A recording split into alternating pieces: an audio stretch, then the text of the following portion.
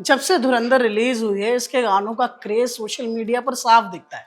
फिर चाहे title track ना दिल दे परदेसी नू हो या अक्षय खन्ना की एंट्री पर बजने वाला FA9LA। इस कड़ी में फिल्म का एक और लम्हा अचानक दर्शकों का फेवरेट बन गया है। वो है जब रणवीर का किरदार जसकीरत सिंह रंगी पाकिस्तान की सरजमीन पर कदम रखता है तो किरदार के सफर को, उसकी तलाश को दिखाने के लिए बैकग्राउंड में एक गाना बजता है। ना तो कारवां की तलाश है, ना तो हम सफर की तलाश है। और ये लाइनें रातों रात एक इंस्टेंट हिट बन जाती हैं। लेकिन क्या आप जानते हैं कि आज वायरल हो रही इन लाइनों की जड़ें 65 साल से भी ज़्यादा पुरानी हैं। ये लाइनें असल में बॉलीवुड की सबसे मशहूर कव्वालियों में से एक का टाइटल है। नमस्कार, मेरा नाम है अमन और मैं बात कर रहा हूँ 1960 में रिलीज हुई फिल्म बरसात की रात में शामिल कव्वाली ना तो कारवां की तलाश है की। ना तो कारवां की तलाश है, ना तो हम सफ़र की तलाश है, मेरे शौक खाना खराब को तेरी रह गुजर की तलाश है। साहिर लुधियानवी की ये पंक्तियां बात करती है उस तलाश की जो एक शख्स को तब होती है जब वो दुनिया को कुछ ना समझकर अपने महबूब को सारी दुनिया समझता है। तब ना तो उसे किसी कारवां की तलाश होती है, ना किसी हमसफ़र की, मगर उसके शौक खाना खराब को, आसान लफ्ज़ों में कहें तो बर्बाद होने की चाहत को, बस अपने महबूब के रास्ते से गुजरने की तलाश होती है। 1960 में जब फिल्म बरसात की रात की 12 मिनट की लंबी कव्वाली आई तो एक एवरग्रीन क्लासिक बन गई। सूफी रंग, फलसफा और सुरों का जो चढ़ता हुआ तेवर इसमें है, वो इसे आज भी फिल्मी इतिहास की सबसे बड़ी कव्वालियों में खड़ा करता है। कव्वाली में शामिल आवाज़ें भी क्या गजब हैं। मन्ना डे, आशा भोसले, सुधा मल्होत्रा, SD बातिश और मोहम्मद रफ़ी। शब्द साहिर लुधियानवी के और म्यूजिक रोशन साहब का, और पर्दे पर भारत भूषण और मधुबाला। सुनने में ही हिट पैकेज। गाना अपने दौर में कितना लोकप्रिय था इसका अंदाजा इसी बात से लगाया जा सकता है कि ये उस साल रिलीज हुआ था जिस साल बॉलीवुड की one of the best musical album वाली फिल्म मुगले आजम रिलीज हुई थी। मगर उस वक्त भी ये गाना लोगों में खूब मशहूर हुआ और आने वाले कई सालों तक लोगों को याद रहा। लेकिन इसका बनना, बस यहीं से कहानी मजेदार हो जाती है। कैसे साहिर ने शुरू में अपनी लाइनें देने से मना कर दिया था, कैसे रोशन इस तेवर वाली कव्वाली का संगीत बनाने में अटक गए थे, और कैसे रिकॉर्डिंग के वक्त सबको लगा कि ये बहुत लंबी है। पर पहले समझते हैं कि कव्वाली क्या होती है।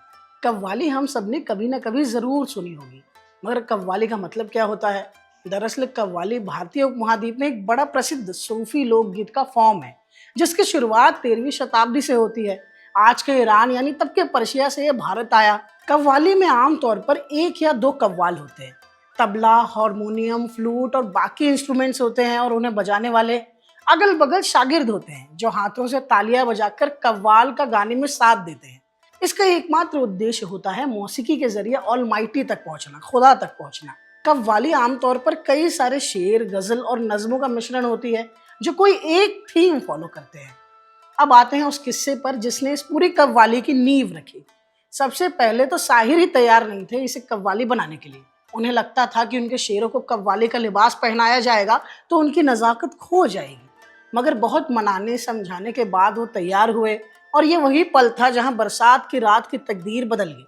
कमाल की बात यह है कि शायर ने इसे इतनी खूबसूरती से लिखा था कि इस कव्वाली में रसूल और मूसा का भी जिक्र था और कृष्ण और राधा का भी। जैसे इस कव्वाली की ये पंक्तियां देखिए।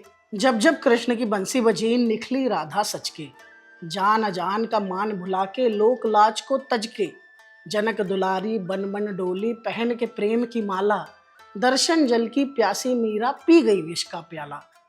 और आगे की पंक्तियों में अल्लाह रसूल का फरमान इश्क है, यानी हफीज इश्क है, कुरान इश्क है, इश्क सरमद इश्क ही मंसूर है, इश्क मूसा इश्क कोहे नूर है।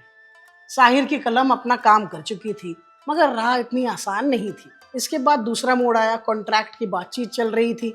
साहिर ने कहा जो म्यूजिक डायरेक्टर ले रहे हैं उससे 1 रुपया ज़्यादा मेरी फीस होगी। प्रोड्यूसर R चंद्रा, जो भरत भूषण के भाई भी थे, परेशान हो गए। कहने लगे कि बजट बढ़ जाएगा।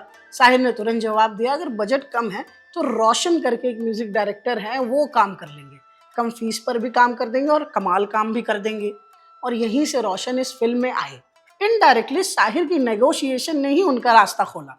मगर कहानी यही खत्म नहीं होती। असल में इस फिल्म के म्यूजिक के लिए पहले म्यूजिक डायरेक्टर खयाम को साइन किया गया था। प्रोड्यूसर ने उनसे एक मशहूर पाकिस्तानी कव्वाली ना तो बुत कदे की तलब मुझे, जो कि 1958 में उस्ताद मुबारक अली खान और उस्ताद फतेह अली खान जैसे लेजेंड्स ने गाया था और बनाया था, उसकी तर्ज पर खयाम से इस कव्वाली की म्यूजिक को डिजाइन करने के लिए कहा। परमिशन भी वो ले चुके थे, पर खयाम को बात पसंद नहीं आई। उन्होंने साफ कहा, कॉपी करके मैं काम नहीं करूंगा, और उन्होंने प्रोजेक्ट छोड़ दिया। रोशन आए और उन्होंने चुनौती स्वीकार ली। उन्होंने मूल धुन से प्रेरणा लेते हुए इस फिल्म को तेवर दिया।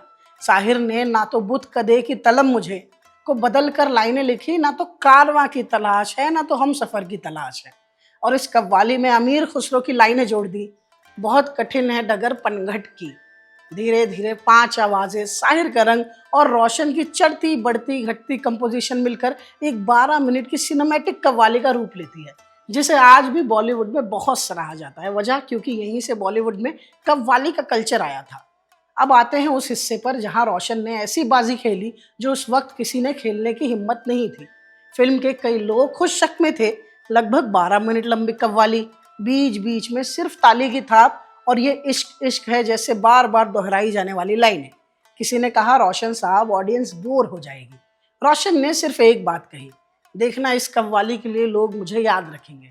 और सचमुच में जिस तरीके से इस कव्वाली में म्यूजिक चढ़ता है उतरता है, सारंगी, सितार, मैंडोलिन, ढोलक, सिर्फ आवाजों का चढ़ता हुआ जुनून, उसे सुनकर आज भी रोंगटे खड़े हो जाते हैं। ये कव्वाली इतनी बड़ी हिट बनी कि चार्ट्स में टॉप पर पहुंची, और असर इतना कि फिल्म के प्रोड्यूसर ने 4 साल बाद 1964 में अगली फिल्म निकाल दी कव्वाली की रात नाम से। यह अलग बात की फिल्म फ्लॉप हो गई, क्योंकि जो जादू रोशन ने रचा था उसे दोहराना इतना आसान था नहीं। इस कव्वाली के पीछे एक और हैरत अंगेज किस्सा है। आवाजें तो थी ही, भारी भरकम आवाज मन्ना डे की, प्यारी आवाज आशा भोसले जी की, सुधा मल्होत्रा जी की, एच डी बातिश जी की और मोहम्मद रफ़ी की। रिकॉर्डिंग से पहले इन सब ने 24 घंटे लगातार रियाज किया। सुधा मल्होत्रा ने एक इंटरव्यू में कहा था, हम सब थके हुए थे, मगर जोश ऐसा था कि नींद आई ही नहीं।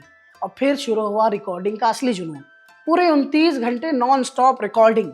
कव्वाली में हर गायक का अपना एक मोमेंट था। सबसे बड़ा पीक था जब रफ़ी साहब गाने में अपनी मीठी आवाज़ के साथ 6वें मिनट में आते हैं।